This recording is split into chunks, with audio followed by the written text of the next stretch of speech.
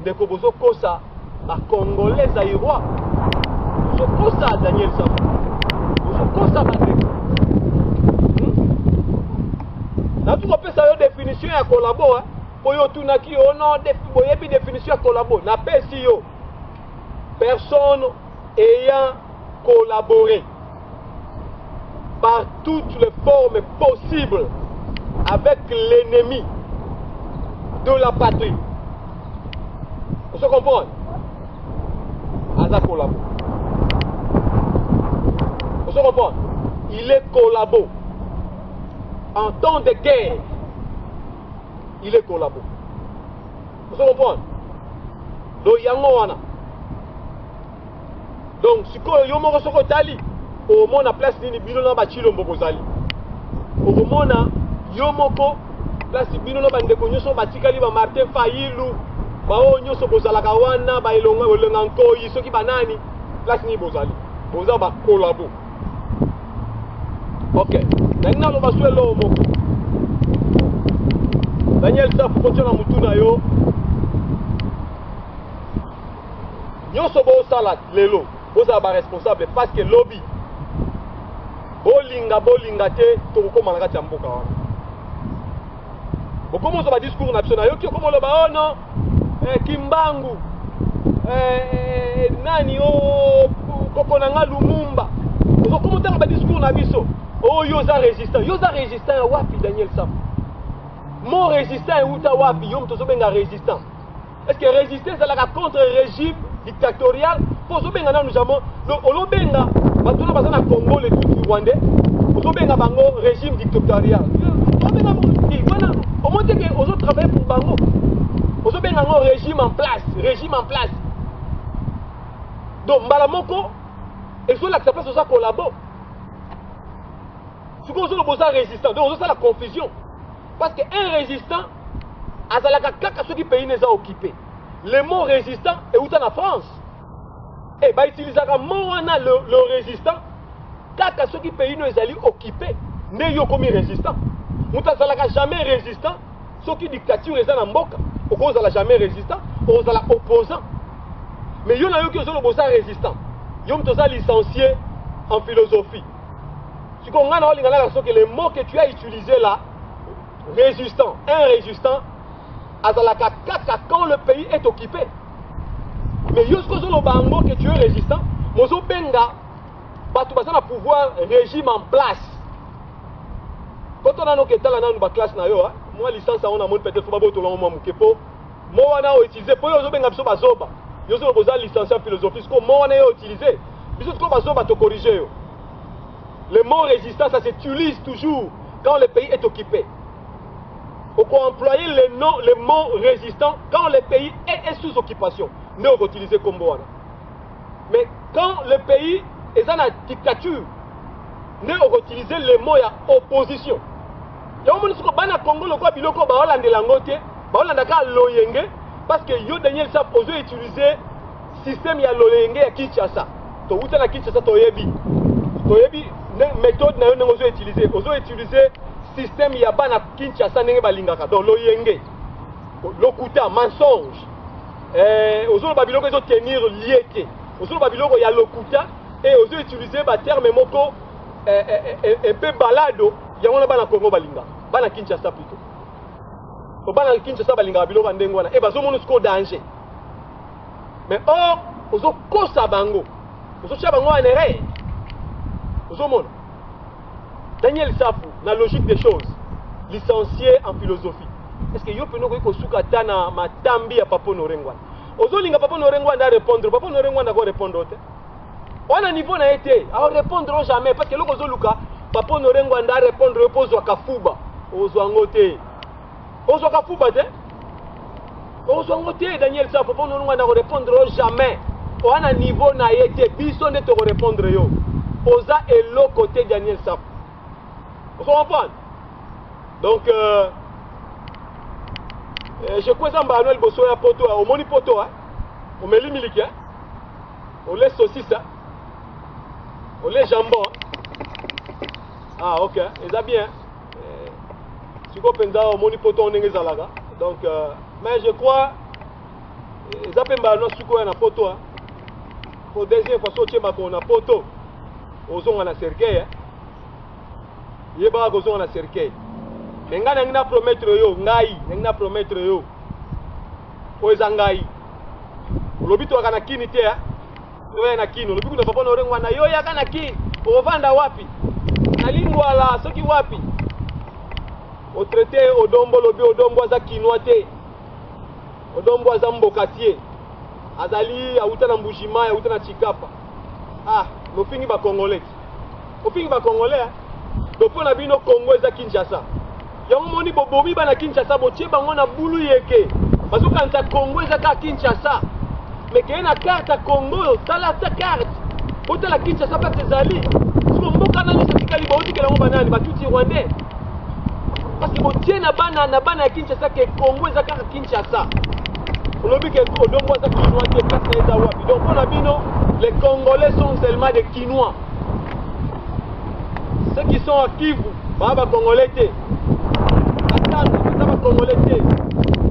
Au Zaïre, baba Congolais te. Ba Congo, baba Congolais te. Les deux Kataï, baba Congolais te. Donc, si les Colo kuna nyoso do baba Congolais te. Pour Nabino, les Congolais, ce sont des gens qui se trouvent à Kinshasa. Bozo bo mabana Kinshasa. Yango moli bana Kinshasa makambo le kalibanda ya Kinshasa bazo ko na boye bango te. Pour na bango Kinshasa c'est le Congo. Mais bota la Congo, Kinshasa za mboka ya muke la kati ya Congo Zaïre. C'est la province ya muke, la petite province. La kati ya Congo Zaïre, boke na carte. Bana Kinshasa boke no kotala ka carte. Bomo na sika ni bozali. Bozaka ka parti ya muke. Yango le ba okata mboka do ba otikela bino Kinshasa comme pays na bino donc bozala bino pe bien.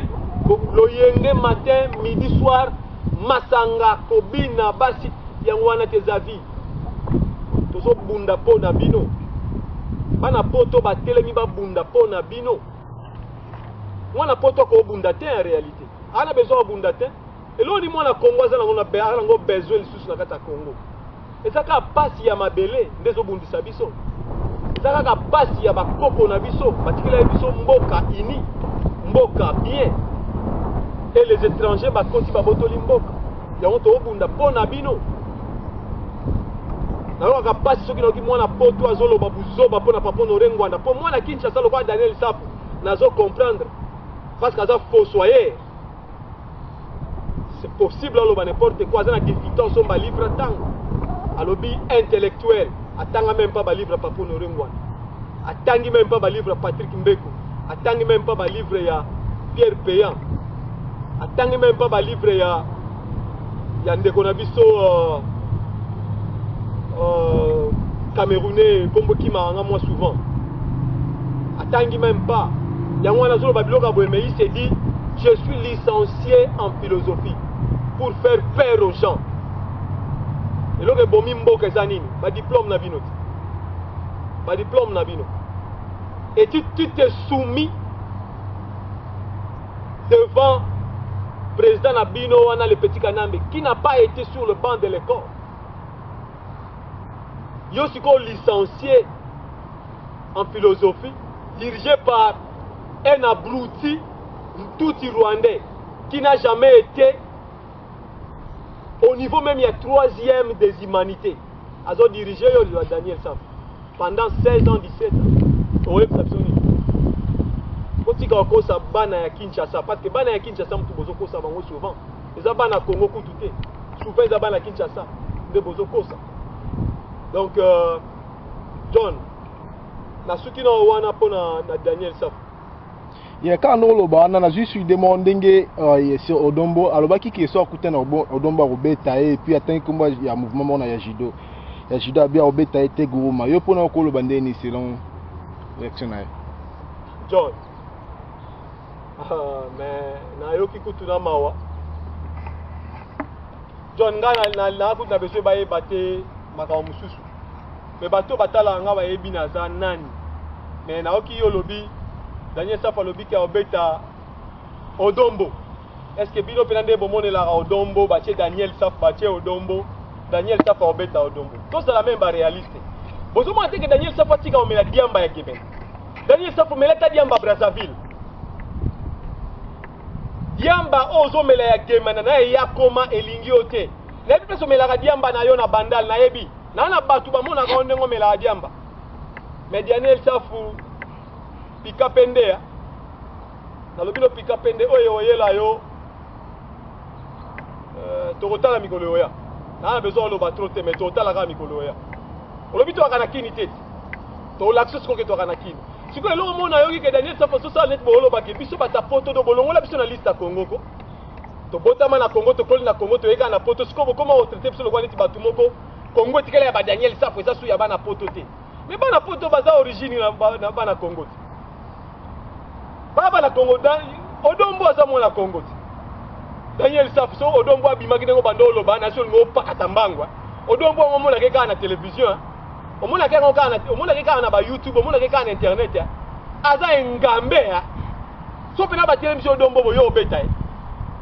Et puis zo boza judoka. 22 ans na sala judo. Ah, Daniel Safo. Mutu azolo ba no a maître na judo. Champion na judo. Mutu azolo ba na yo aza maître na judo, pe aza champion de Kinshasa na judo. Bato ba omona ba yebi. Aza champion na judo, aza champion na karaté. Donc aza ceinture noire na judo, ceinture noire na karaté. Vous comprenez? Le temps où on combat te guruma. Na zo ko lokutuma yo ko beta te guruma. O mon siko bino otala anoka batunde bazo sala sport. Oye ozolo bango pe na France ngana za maître 22 ans na judo soko dombo bimakena na bete te guruma. Te guruma msusu buka am Congo. Yo bi oyo beta te guruma yo. Ah? Oyo beta te guruma Daniel Safo. On a un champion en judo, on a un champion en karaté. Vous comprenez? Bakolo te guruma oyo bango. Na tangelo quelques bateaux to kiwaza na bango za te guruma na kata Congo wana. Oyo bi de Occitangonde avant d'aller en Europe, je crois en France. Oyo bi Machuda Lengole, bango wana to kiwaza na bango za te guruma na kata compétition. Bango wana, batu wana. Batu nangai. Vous comprenez? OK, to la somo mkete guruma ngone za la rapport. Bato ba éviter guruma ngote peut-être bazaki na confusion balobi mais alobi te guruma ngoze lo oni de lo bat ba éviter mais to l'action ngota moi muke bato bazwa idée ya eloko lo baki po oyebake potamso lo ba mettre na judo mais te na ko l'action next time na ko quelques photos au monde mais si ko na l'action quelques practice donc on benga en pratique ya te guruma na l'action ngo po bato ba mona ta te guruma lo ba ndolo ba maître comment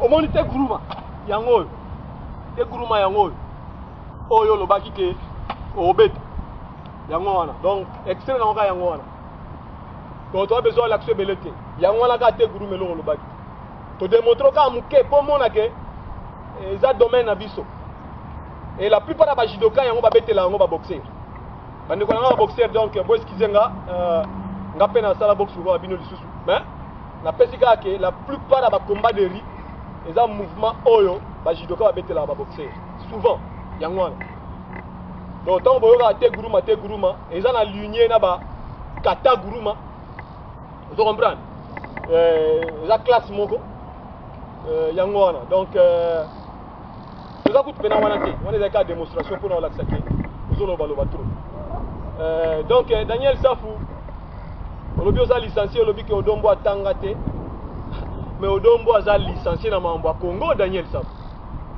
soko lo ozo ebate odombo c'est un licencié pour ce qui concerne le pays, c'est pour ce qui concerne les combats ya Congo, l'histoire depuis qu'Anambe est au pouvoir depuis 2001 Odombo c'est un licencié pour ce qui concerne l'histoire et la résistance. C'est un licencié. Il a compris plus que toi. Et ce qu'il fait, yo, Koko Salango, tiens Daniel Safo. Odombo, c'est parmi les gens qui sont à la tête du combat de Konangai. Hein? Beaucoup de respect. Natatawana, Ozoka Odombo. Beaucoup de respect. Il a compris ce qui se passe au Congo. Et ce qu'il fait, ce n'est pas n'importe qui. Toi, tu fais rien là-bas, Daniel Safo, au Congo. Ozolanda Chilombo, tu travailles pour Chilombo. Ozo travaille pour na Soriano. Batu oyo ba créer bango pour na kosilakisa lokola il y a une opposition qui existe. N'appelle ça au terme en anglais, il y a technique au besoin utilisée dans le Congo. N'appelle ça technique ou Daniel Sapou. C'est parmi les techniques les plus efficaces. Donc la technique la plus efficace parmi les techniques au besoin utilisée awa na bamboko yo. Babenga yango dashboard inability. Na pesi yo yango. Yango est commis na kati ya Congo loko la première technique na bino ko utiliser mensonge. Et ça technique le plus utilisée en Occident. Le pays le plus puissant technique va utiliser yango. Na bandeli kombo nango dashboard inability. Et ça en anglais. Et technique oyo bino bozo utiliser na Congo yango wana. Et ça là ba occupant. Et ça là le soi-disant opposant technique bozo utiliser yango. Et comme le quoi est première technique na bino ya ko utiliser. Technique on va utiliser yango na toute manière. On peut utiliser yango na action, on peut utiliser yango par écrit, on peut utiliser yango na ba moyen surtout par discours. On peut utiliser yango. Et ce que tali au romona papa na biso Lumumba ba bomaka na technique wana. Que notanga yom tozolo bana licencié en philosophie, vous ne lisez pas. Vous avez se documenté te yangwana. Kendo lukelo wana ebisio technique wana mte boma koko nanga Lumumba. Technique wana. Et technique wana lelo yango mte commis première technique utilisée côté à occupant, côté à soi-disant opposant. Vous utilisez même technique et le peuple congolais va se comprendre technique wana te. Eh bien biso ba toye koli awa tozo tangango te ebi technique vous utilisez parce que ali parmi les 3 premières techniques le plus utilisées dans Bamboko. On a besoin que musika te parce que tu vas dans Bamboko to kolo ba mambo belé. Technique vous utilisez yango wana. Donc bozo koya, bozo le langage mususu mais bozo pratiquer makao mususu. Et je crois technique on a otanga papa Norengwanda ebi yango bien parce que il y a du domaine. A ebi yango très bien. Vous comprenez? Et na yoki lisusu mutu moko boye kombo na yesoki dona. Asolo babiloko moko faut comprendre que batongo batanga raté. Donc bavai na poto ko boze documenta raté bozo ya kaka bozo ya pour défendre Chilombo kaka po boza baluba. John naloba ngo na vidéo moko bato bataka papa Norengwanda 80% baza bande ko na biso Kasai. Naloba ngo na vidéo moko il y a 6 mois passé bande ko na biso ya Kasai. Et la plupart batinda ka bango kotinda. Ba ka sala ngo na ba monter et ça na service moko ya Chilombo musala ngo yango wana. Parce que papa Norengwanda problème na ezali nini mabeka ka pozo dénoncer le mal. Azo déranger makamuna bango. Soki bake kokutela po bazwa mbongo ba utozwa 750 millions mikolo. Kana mbapesi bango 750 millions. Siko makambo la bango bayebekeza ba biloko moko secret so bazwi mbongo na bango mutaye bakate. So ba yoka ndé ba kopesa kana mbe glissement mutaye bakate.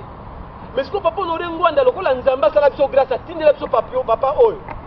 Azali mutu ya yebi renseignement très bien à travailler awa ba mboko oyo.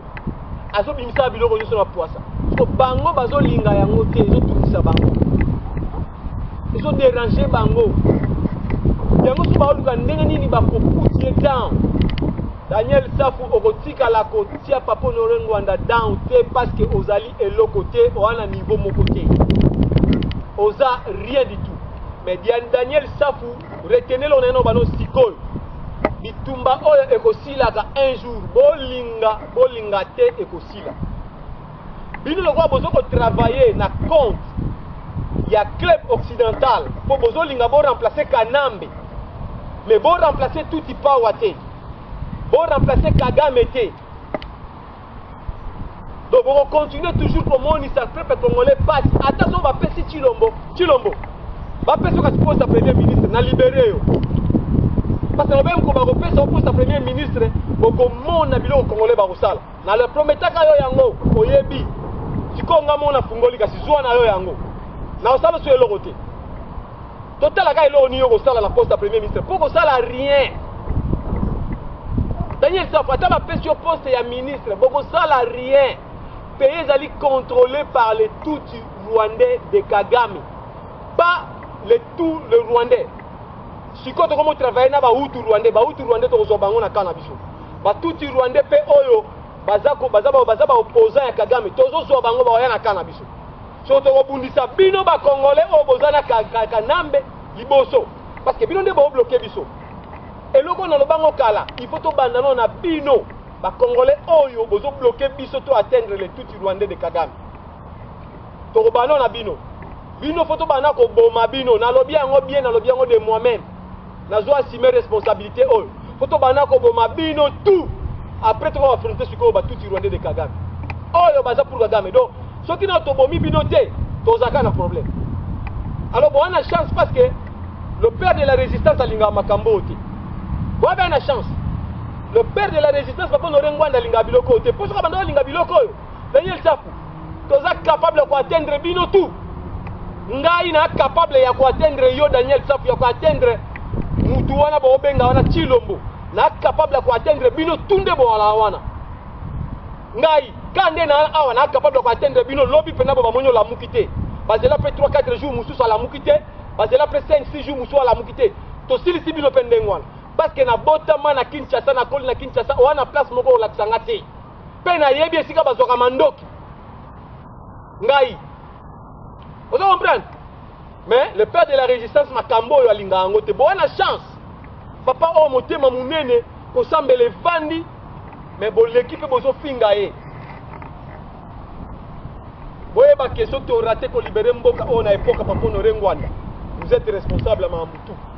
Boye ba ngo. Oyo nazo garantir bino.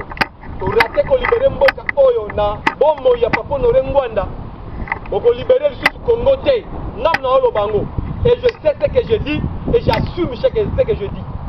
Parce que na yebi makambo bien avant na mboka oyo sika makamunyo sezali. O etange lokote o awande sika mambu tout ezali. Soko ngwe mambo Congo bien o yebela o aw. Mambu tout ezalaka. Soki to raté ko libérer mboka oyo na nzela ya papa Honoré Ngwanda boko libérer le Congo te isili. Na o yebisa o pona mambo na olo. Vous comprenez? John, na suki na a pona demo.